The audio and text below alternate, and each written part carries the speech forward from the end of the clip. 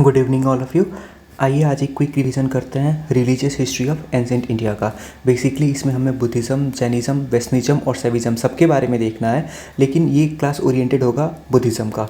तो ये समय था 6th सेंचुरी BC का। ये एक ऐसा समय था जब पूरे वर्ल्ड वाइड इंटेलेक्चुअल डेवलपमेंट हो रहा था। हमारे यहाँ origin of Buddhism and Jainism हो रहा था। ठीक उसी तरह चाइना में कन्फ्यूसिज्म आ रहा था। ग्रीको रोमन में ग्रीको रोमन फिलोसफी अपने चरम सीमा पे पहुँच रही थी। तो ये 6th century BC world wide intellectual revolution का टाइम था। तो इसमें जो बुद्धिज़्म के ओरिजिन के पीछे का कॉज क्या है, तो वेरियस हिस्टोरियंस ने इसका अलग अलग इंटरप्रिटेशन दिया है regarding the cause behind the origin of Buddhism. तो कुछ इतिहासकारों का मानना है कि ये एक तरह का क्षत्रिय रिएक्शन था। हुआ क्या कि जो वैदिक पीरियड था उसमें ब्राह्मण क्लास बहुत स्ट्रांग हो गया था, रिचुअलिज्म अपने पीक पे था, जिससे कि बहुत सारा जो सोसाइटी के कुछ वर्ग थे, जैसे कि मोस्ट पर्टिकुलरली बात करें वुमेन और शूद्राज का, उनका ऑपरेशन हो रहा था। तो ये एक क्षत्रिय रिएक्शन था अगेंस्ट दैट ब्राह्मणिकल डोमिनेशंस। ठीक है। बाकी दूसरा ये बोला जा रहा है कि लेटर वैदिक पीरियड में आयरन आ गया। आयरन से क्या हुआ, आयरन प्लो बना। तो उस समय एक नई तरह की एग्रीकल्चर इकोनॉमी का उदय हुआ, rise of new agriculture economy, जिसमें कि एनिमल हस्बेंड्री इंपॉर्टेंट हो गया। आयरन हल के आ जाने की वजह से जो बल्लॉक था, या फिर हम जनरल बात करें, एनिमल्स का नीड बढ़ गया। तो कुछ एक ऐसी डॉक्ट्रिन चाहिए थी जो कि एनिमल किलिंग के खिलाफ जाकर के बात करे। तो इसी कॉन्टेक्स्ट में बुद्धिज़्म हो गया या जैनिज़्म हो गया, दोनों अहिंसा को सपोर्ट करते हैं, एनिमल किलिंग को फॉरबिड करने के बारे में बात करता है। तीसरा क्या होगा कि जो बुद्धिज़्म का पेट्रोनेज था, जो उस समय का वेरियस मर्चेंट क्लास था, या वो सोशल क्लास था जिनका ऑपरेशन हुआ था ब्राह्मणिकल डोमिनेशन में, वो उसको खूब पेट्रोनेज देते थे ताकि वो अपना सोशल स्टेटस को इम्प्रूव कर सकें। और अगर चौथा बारे में बात करेंगे तो ये बुद्धिस्ट हो गए या जो जैन हो गए, इनका जो मीडियम ऑफ प्रीचिंग था वो बहुत सिंपल लैंग्वेज था, कॉमन लैंग्वेज था। एक्चुअली क्या था कि ब्राह्मणिकल डोमिनेशन में संस्कृत जो था वो बहुत इंपॉर्टेंट लैंग्वेज था, जो कि आम लोगों की भाषा नहीं हुआ करती थी। लेकिन इन्होंने पाली या प्रकृत में अपना प्रीचिंग करना चालू हुआ, जो कि आम लोग बहुत आसानी से उस चीज़ को समझ सकते थे। ठीक है। अगर हम आगे बढ़ते हैं तो बुद्धिज़्म में एक्चुअली ये सब कुछ इन्फॉर्मेशन है रिगार्डिंग गौतम बुद्ध, जो एक्सप्लेन करने लायक नहीं है बहुत सारी चीज़ें, बस मैंने मेंशन कर दिया है कि गौतम बुद्ध, उनका नाम सिद्धार्थ भी था, उनका बॉर्न उन्होंने लुम्बिनी में उनका बॉर्न हुआ। माँ का नाम माया, फादर का नाम सुद्धोधन, और इनके जो मैटरनल आंट थी उनका नाम प्रजापति गौतमी था। इन्होंने ही इनका पालन पोषण किया था, इसीलिए इनसे ही इनका नाम पड़ा था गौतम बुद्ध।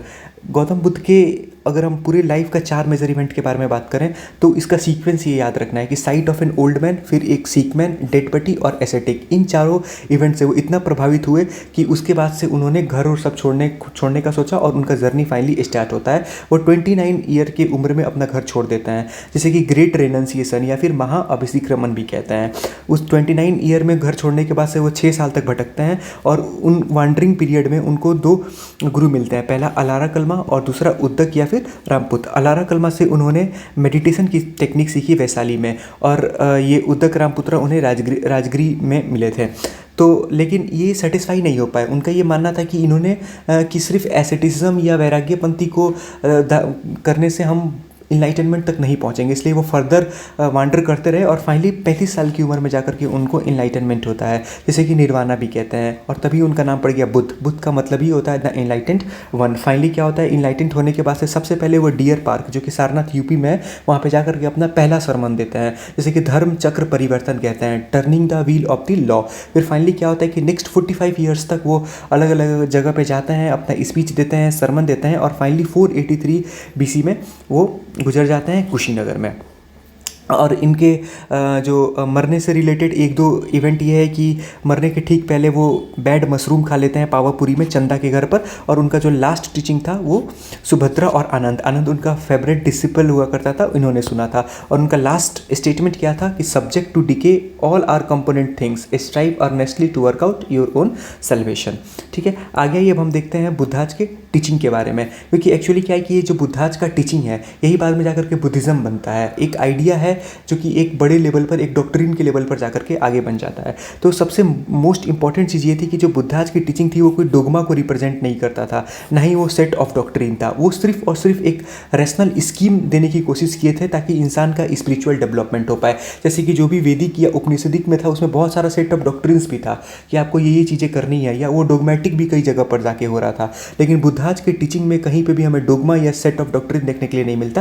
प्रॉपर जो भी उस समय का प्रॉब्लम था उसका एक न्यू सॉल्यूशन देने की कोशिश करते थे थ्रू रेशनल स्कीम, जिससे कि एक इंसान का स्पिरिचुअल डेवलपमेंट हो जाए। जो बेसिकली बुद्धा का टीचिंग था उसमें ये वेद की इनफेलेबिलिटी को नहीं मानते थे, ये वेदाज को रिजेक्ट करते थे। जो भी वेदाज का सुपरस्टिशन था, रिचुअलिज्म था, ये किसी को भी फॉलो करने के बारे में बात नहीं करते थे। एनिमल सेक्रीफाइस के खिलाफ थे और गॉड के केस में ही वॉज एग्नोस्टिक, मतलब ही वॉज नॉट एथीस्ट। जब भी उनसे गॉड से क्वेश्चन पूछा गया तो उन्होंने दूरी बनाने की कोशिश की, वो इसका एक्चुअल कभी जवाब नहीं दिए। उनका ये कहना था कि मुझे नहीं पता गॉड है या नहीं है, I am not sure about this. तो ऐसे कैटेगरी को एग्नोस्टिक कहते हैं, ठीक है। ये बुद्धा के लाइफ से रिलेटेड कुछ इवेंट है कि उनके बर्थ को लोटस या बुल से दिखाया जाता है। जब वो घर छोड़े तो हॉर्स से सिग्निफाई किया जाता है। निर्वाणा बोधि ट्री फर्स्ट सरमन को धर्मचक्र परिवर्तन या turning the wheel of law से दिखाया जाता है। और फाइनली उनका जो डेथ था, ये जिसे परिनिर्वाणा कहते हैं, उसे स्तूपा से इंडिकेट किया जाता है। अब आगे बढ़ते हैं कि जो बुद्धा के लाइफ का 4 नोबल ट्रुथ था, उसमें पहला था कि जो ये पूरा वर्ल्ड है ये फुल ऑफ सॉरो है और इस सॉरो का कॉज क्या है, डिजायर। इस डिजायर को कनकर किया जा सकता है और इस डिजायर को कनकर कैसे किया जाएगा, तो उसके लिए वो अष्टांगी का मार्ग 8 फोल्ड पाथ बताता है। वो 8 फोल्ड पाथ कौन कौन सा था, through right awareness, right thought, right speech, right concentration, right livelihood, right effort, right action, right mindfulness. इन 8 पाथ फॉलो, अगर 8 फोल्ड पाथ को फॉलो करेंगे तो हम उस दुख से, उस डिजायर से हट जाएंगे, ठीक है। उसका से जो बुद्धा का अल्टीमेट गोल था वो निर्वाणा था। निर्वाणा का मतलब नॉन अटैचमेंट, बट इसका मतलब ये नहीं था कि non attachment through this physical life. उनका बिल्कुल ऐसा मतलब नहीं था। तो ये एक यहाँ पे पहली बार वो हिंदुज़म और बुद्धिज़्म से डिफरेंट वो शो करता है, क्योंकि हिंदुज़म में निर्वाणा का मतलब non attachment through the physical life, इस जीवन का ख़त्म हो जाना नॉन अटैचमेंट कहलाता था। लेकिन बुद्धा के लिए वो नॉन अटैचमेंट फिजिकल लाइफ का ख़त्म होना नहीं, नॉन अटैचमेंट डिजायर का, नॉन अटैचमेंट ग्रीड का, नॉन अटैचमेंट इग्नोरेंस का, नॉन अटैचमेंट हेट्रेड का, नॉन अटैचमेंट किसी भी तरह के क्रेव का, इससे वो नॉन अटैचमेंट कहते थे। ये पहला पॉइंट है। और दूसरा पॉइंट क्या था, हिंदुज़म और बुद्धिज़्म के बीच में जो डिफरेंस था कि जो नॉन अटैचमेंट था या निर्वाणा था, वो हिंदुज़म के लिए अदर लाइफ की बात थी, मरने के बाद क्या वगैरह वगैरह चीज़ें। लेकिन बुद्धिज़्म कहता था कि अगर जो आपका निर्वाणा है, नॉन अटैचमेंट है, वो जिंदा रहते रहते भी हो सकता है, मतलब दिस लाइफ में भी पॉसिबल है, बट जबकि हिंदुज़म में वो अदर लाइफ में पॉसिबल था। अब आगे बढ़ते हैं, बुद्धिज़्म का कुछ अदर डॉक्ट्रिन्स के बारे में देखते हैं। तो उसमें लॉ ऑफ कर्मा और ट्रांसमाइग्रेशन ऑफ सोल के ऊपर है। तो बुद्धा के हिसाब से तो ये था कि जो सोल है वो डज नॉट एग्जिस्ट। सोल जो है वो एक मिथिकल चीज़ है, वो एग्जिस्ट नहीं करता है। इन रियलिटी जो सोल होता है वो किसी भी इंडिविजुअल का फिजिकल या मेंटल एग्रीगेट होता है, जो कि 5 इम्परमानेंट थिंग से बनती है। कौन कौन सी, पहला फॉर्म और मैटर हो गया, दूसरा सेंसेशन जो हम फीलिंग आता है, तीसरा परसेप्शन, परसेप्शन मतलब जो हमें अपने 5 सेंसेस के थ्रू जो नॉलेज मिलता है उसे परसेप्शन कहते हैं, चौथा विल, और पांचवा कॉन्शियसनेस। ये पांचों चीज़ें जो कि फिजिकल और मेंटल लेवल पे होती है, ये पांचों चीज़ें मिलके हम बोल सकते हैं कि ये सोल लाइक चीज़ है, बट एक्चुअल में सोल कुछ नहीं होता है, एक्चुअल में वो मीथ होता है। और ये पांचों चीज़ें कांस्टेंट फ्लक्स में होता है। मतलब यहाँ से एक थ्योरी ऑफ नॉन परमानेंस निकलता है कि कोई भी चीज़ें परमानेंट नहीं है, सारी चीज़ें बदलती हैं, ठीक है। इसके आगे आइए, तो बुद्धा क्या इस पूरे वर्ल्ड को 3 फोल्ड कैटेगराइजेशन, पहले कहता है कि सॉरोफुल, ऊपर हमने देखा था कि दुख भरा है, ट्रांजिएंट मतलब वो एक जगह कहीं पे भी कुछ भी परमानेंट नहीं है, सब कुछ कांस्टेंट फ्लक्स में है, 1 से 2, 2 से 3 ऐसी चीज़ें बदलती रहती है। और चौथा सोललेस, ये सोल वाली चीज़ें कुछ नहीं है, ये सिर्फ एक मीथ है जो कि मेंटल और फिजिकल एग्रीगेट है। ऊपर हमने देखा किन किन चीज़ों का। और इसी से रिलेटेड ये जो ट्रांजिएंट है, इसी से रिलेटेड एक लॉ ऑफ कॉसेशन भी आता है। इसमें बुद्धा का कहना क्या था कि एक चीज़ें लीड्स टू अनदर थिंग, और फिर वो मतलब एक प्रॉपर चेन बनता है जिसमें कॉजेशन, हर चीज़ का कारण, उसका आंसर कारण, आंसर कारण, आंसर ऐसे ही चलता है। इसका मतलब होता है कि डिपेंडेंट ओरिजिनेशन, की कोई भी चीज़ अपने आप में एग्जिस्टेंस नहीं होती है, उसका कोई ना कोई डिपेंडेंट ओरिजिनेशन होता है, ठीक है। इसी के संदर्भ में वो बताता है जैसे कि बर्थ और डेथ, बर्थ है तो फिर डेथ होगा, डेथ है तो फिर बर्थ होगा। वो कह रहे हैं कि हम इस कांस्टेंट साइकिल में फंसे हुए हैं, जन्म लेंगे मरेंगे, जन्म लेंगे मरेंगे। तो ये साइकिल से बाहर कैसे निकले, ये हम इस साइकिल में क्यों फंसे हुए हैं। तो उसका रूट कॉज वो बताता है इग्नोरेंस। किन 2 चीज़ों का इग्नोरेंस, पहला इंडिविजुअलिटी, मतलब हमें लगता है कि हम कुछ हैं, हम इंडिविजुअल एग्जिस्टेंस है, जबकि ऐसा होता नहीं है, ये सिर्फ एक मिथ है। और दूसरा परमानेंस, हम मानते हैं कि जो चीज़ हमारे पास है वो परमानेंट रहेगी, ये शरीर परमानेंट रहेगा, ये सोल परमानेंट रहेगा। तो ये जब जब भी हमें इंडिविजुअलिटी या परमानेंस हम हमारे अंदर आता है तो ये एक इग्नोरेंस पैदा करता है, और इस इग्नोरेंस के कारण हमें हो जाता है डिजायर। डिजायर किस चीज़ का डिजायर? सेक्सुअल डिजायर, ये मटेरियल डिजायर, इन सारी चीज़ों का डिजायर हो जाता है, और इसीलिए हम ये जो बर्थ और डेथ का साइकिल है इसी में फंसे रह जाते हैं और इससे बाहर नहीं निकल पाते हैं।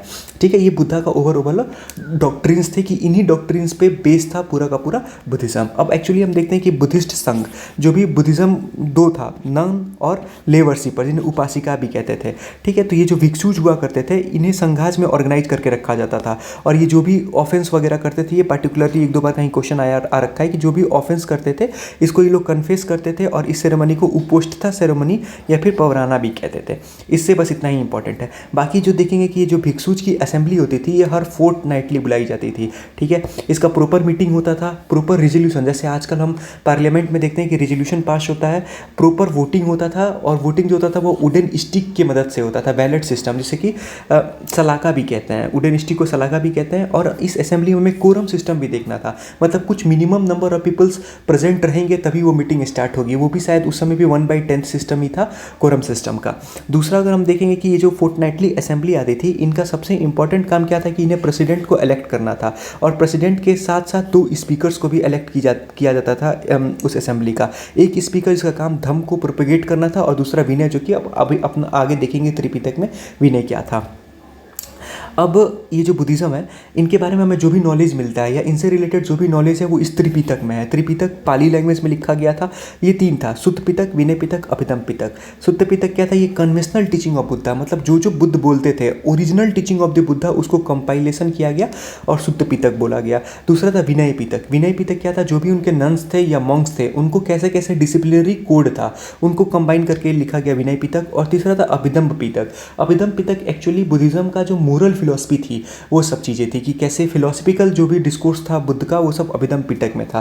तो सुत्त पिटक से इंपॉर्टेंट कुछ बुक, एक्चुअली ये सुत्त पिटक बुक था, इसके कुछ इंपॉर्टेंट चैप्टर्स थे जैसे कि दिग्घ निकाया, मज्क्धिमा निकाया, संयुक्त निकाया, अंगुत्र निकाया और खुद्दक निकाया। इसमें अंगुत्र निकाय का इंपॉर्टेंट है क्योंकि जो 16 महाजनपद का सोर्स है वो अंगुत्र निकाया, वो वन ऑफ द सोर्स है जिसमें कि हमें 16 महाजनपद के बारे में जानकारी मिलती है। और दूसरा खुद्दका निकाय में जातका स्टोरी का मतलब जो बुद्धा का प्रीवियस बर्थ था उस स्टोरी को जातका स्टोरी कहते हैं, उसका भी हमें एविडेंस इस खुद्दक निकाय में मिलता है। अब एक्चुअली क्या हुआ कि 483 BC में बुद्ध का डेथ हो जाता है। तो बुद्ध के डेथ के बाद से उनकी जो भी टीचिंग थी उसको कंपाइल करने का काम काउंसिल्स को दिया गया। तो बुद्ध के मरने के बाद से 4 काउंसिल बनती है। जो फर्स्ट काउंसिल थी वो 483, मतलब सेम ईयर जिस ईयर में बुद्ध का देहांत होता है उसी साल पहली काउंसिल लगती है। पहली काउंसिल लगती कहाँ है? राजगृह में। किसके उस समय किंग कौन होता है जो पैट्रोनेज करता है? अजातशत्रु, और चेयरमैन महाकश्यप होता है। इस फर्स्ट काउंसिल का रिजल्ट क्या होता है? फर्स्ट काउंसिल में सुत्त पिटक और विनय पिटक का कंपाइलेशन होता है। सुत्त पिटक को कंपाइल आनंद करता है, विनय पिटक को कंपाइलेशन उपाली करता है। ठीक है, अब हम आते हैं second council. Second council just 100 साल बाद, मतलब 383 BC में सेकंड काउंसिल लगता है। सेकंड काउंसिल कहाँ लगता है? वैशाली में। इसका चेयरमैन, इसका कौन सा किंग ने इसको पेट्रोनेज किया था? वो था काला अशोक, और इसका चेयरमैन कौन था?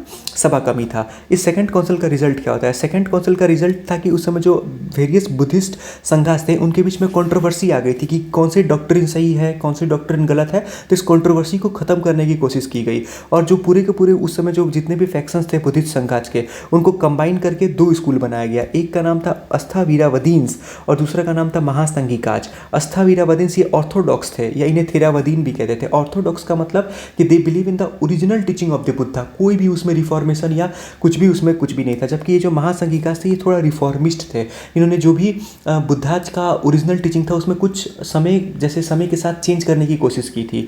ठीक है, ये महासंघिकाज थे। उसके बाद से थर्ड काउंसिल 250 BC में लगता है पाटलिपुत्रा में अंडर अशोक, और इसका चेयरमैन कौन था? मगालीपुत्र तिस्सा था। इसका रिजल्ट क्या होता है कि final compilation of Tripitaka, Vinaya Pitaka और सुत्त पिटक हमने देखा फर्स्ट में ही बन गया था। सेकंड में अभिधम्म पिटक जो जिसमें मोरल फिलॉसफीज थी, थर्ड में बनता है अभिधम्म पिटक। उसके बाद से ये जो अस्थावीरावदीन्स थे इनको ट्रू फॉलोअर्स बोला गया, मतलब ये जो ऑर्थोडॉक्स स्कूल थे बोला गया कि यही ट्रू फॉलोअर्स हैं, बाकी ये जो महासंघिकाज हैं इनको हेरेटिक्स कह के अलग थलग करने की कोशिश की गई, क्योंकि अशोका हिमसेल्फ बिलीव्ड इन अस्थावीरावदीन्स, इसलिए उसने इस इनको ट्रू फॉलोअर घोषित किया। अब फोर्थ काउंसिल देखते हैं। Fourth council first century AD Kashmir में हुआ अंडर कनिष्क, और इस समय 2 चेयरमैन थे, वसुमित्र और अश्वघोष। इसमें क्या हुआ कि उस समय बुद्धिस्ट संघ जो थे वो 15 डिफरेंट ग्रुप में बट गए थे, तो इन 15 डिफरेंट ग्रुप का कंपाइलेशन करके 2 ग्रुप बनाया गया। उसमें ये सर्वास्तवदीन्स और महासंघिकाज, ये बेसिकली कश्मीर और मथुरा एरिया में फेमस थे, इनको क्लब करके महायान बनाया गया, ठीक है। और दूसरा अस्थावीराबदीन्स और जो बचे थे उनको कंबाइन करके हीनयान बना दिया गया। और इस फोर्थ काउंसिल में क्या क्या इंपॉर्टेंट था कि पहली बार जो संस्कृत का यूज़ था वो बहुत लार्ज ह्यूज स्केल पे हुआ। बुद्धिज़्म का स्प्रेड चालू हुआ। बुद्धिज़्म को सेंट्रल एशिया, चाइना और जापान भेजा गया, और दूसरे फेज में सेलोन, बर्मा, म्यांमार, थाईलैंड भेजा गया, ठीक है। तो ये जो सेंट्रल एशिया, चाइना और जापान गया था, यहाँ पे महायान बुद्धिज़्म का जो भी फॉर्म था, नेचर था, वो गया। और सेलोन, बर्मा, म्यांमार, या हम कह सकते हैं साउथ ईस्ट एशिया में हीनयान बुद्धिज़्म को ज़्यादा पॉपुलरिटी मिली, वो ज़्यादा फैला, ठीक है। अब एक्चुअली हीनयान बुद्धिज़्म थे क्या, जिनका ऊपर जिक्र हुआ है, तो ये जो हीनयान थे, इन्हें लेसर व्हीकल्स, ये आइडियल वर्शिप को नहीं मानते थे। एक्चुअली जो ये हीनयानिज्म स्कूल था, ये प्रॉपर बुद्धा के ओरिजिनल टीचिंग को मानते थे, मतलब दे वेर कंप्लीटली ऑर्थोडॉक्स। लेकिन ये महायान जो थे, ये उसमें कुछ रिफॉर्मिस्ट थे, रिफॉर्म करके एक नए तरीके से चीज़ों को समझने की, देखने की कोशिश करते थे। ये आइडियल वर्शिप को नहीं मानते थे, बट हाँ, ये सिंबल्स को वर्शिप जरूर करते थे। ऑर्थोडॉक्स थे, इन्हें थेरावादीन्स भी बोलते हैं, और इनका जो लैंग्वेज था वो पाली था। अगर उसके अपोजिट साइड पर देखें तो महायान को लार्जर व्हीकल, ये आइडियल वर्शिप को मानते थे, मतलब इनके लिए जो बुद्ध थे वो कॉमन इंसान नहीं थे। इन्होंने बुद्ध को एक सुप्रामंडन स्टेट में दिखाने की कोशिश की, मतलब बुद्ध को पहली बार भगवान का दर्जा, मतलब वो इस इंसानों के लीक से उनको बाहर करने की कोशिश महायान ने की। और बेसिकली इनको कनिष्क जो था वो इस स्कूल का इंपॉर्टेंट पर्सन था, ठीक है। ये हेटेरोडॉक्स थे। मध्यमिका, अच्छा, इसी स्कूल से 2-3 और आइडियोलॉजीज निकल के, जैसे कि मध्यमिका की आइडियोलॉजी, योगकार की आइडियोलॉजी, ये सब हम इंडियन फिलोसफी में देखेंगे। बट छोटा सा इसका अगर देख सकते हैं कि जो मध्यमिका क्या था, ये डॉक्ट्रिन ऑफ मिडिल पाथ था, ये नागार्जुन दिया था। मतलब बुद्धिज़्म भी जो था वो इस मिडिल पाथ को सपोर्ट करता था। उनका था कि कोई भी एक्सट्रीम पाथ पकड़ के जाओगे तो कष्ट होगा, इसलिए मिडिल पाथ पे चलो। इसी से शून्यवादीन आया, या फिर ये एक डॉक्ट्रिन ऑफ कॉन्शियसनेस भी आया मैत्रेयीनाथ का। ये सब इसी महायान स्कूल से निकल कर आए थे। इनका proper detailed explanation Indian philosophy की जब क्लास होगी तो उसमें अपन देख लेंगे, ठीक है। दूसरा अगर हम डिफरेंस देखें तो जो हीनयान थे, इनके लिए कर्म बहुत इंपॉर्टेंट था। इनका मानना था कि जो भी सेल्वेशन होगा ये थ्रू वर्क होगा, लेकिन महायान के लिए करुणा ज़्यादा इंपॉर्टेंट था कर्म से, मतलब compassion is more important than कर्म फॉर महायान। ये मानते थे कि जो सेल्वेशन होगा ये सिर्फ वर्क से नहीं, फेथ से भी होगा, मतलब कर्म करो और फेथ भी रखो तभी आपका सेल्वेशन होगा। और करुणा, कंपेशनेट आदमी को बनाने की बात करते थे ये। दूसरा बात था कि जो महायानिज्म था, ये बहुत सारे डॉक्टर्स से इन्फ्लुएंस भी हुए, और बहुत सारे डॉक्टर्स को इन्होंने इन्फ्लुएंस भी किया।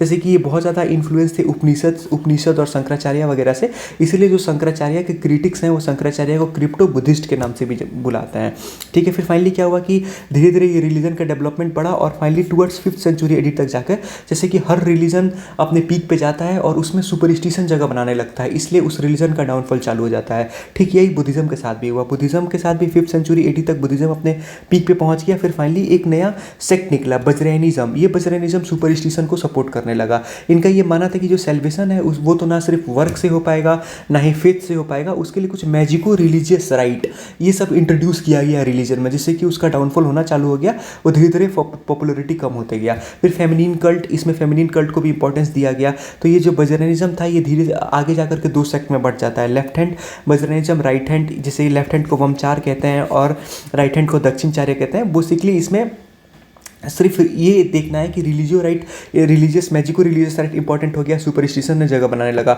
और फॉर द फर्स्ट टाइम इसमें पैंथियन सिस्टम निकल गया है। पैंथियन सिस्टम का मतलब कि हम सिर्फ किसी एक भगवान की पूजा नहीं कर रहे हैं, 4-5 भगवान की पूजा एक साथ कर रहे हैं। जैसे कि हिंदू में हम लोग देखते हैं कि कृष्ण, गणेश भगवान, गणेश 4-5 अलग अलग मूर्तियों की पूजा साथ में होती है, इसे पैंथियन सिस्टम कहते हैं। तो ये पैंथियन सिस्टम बुद्धिज्म में भी इमर्ज हुआ, जिसके टॉप पर बुद्धा था और उनके नीचे 5 ध्यानी बुद्धास थे, जो कि एक कंप्लीट पैंथियन को तैयार करते थे। बस बेसिकली कौन कौन से थे वो अमिताभ थे,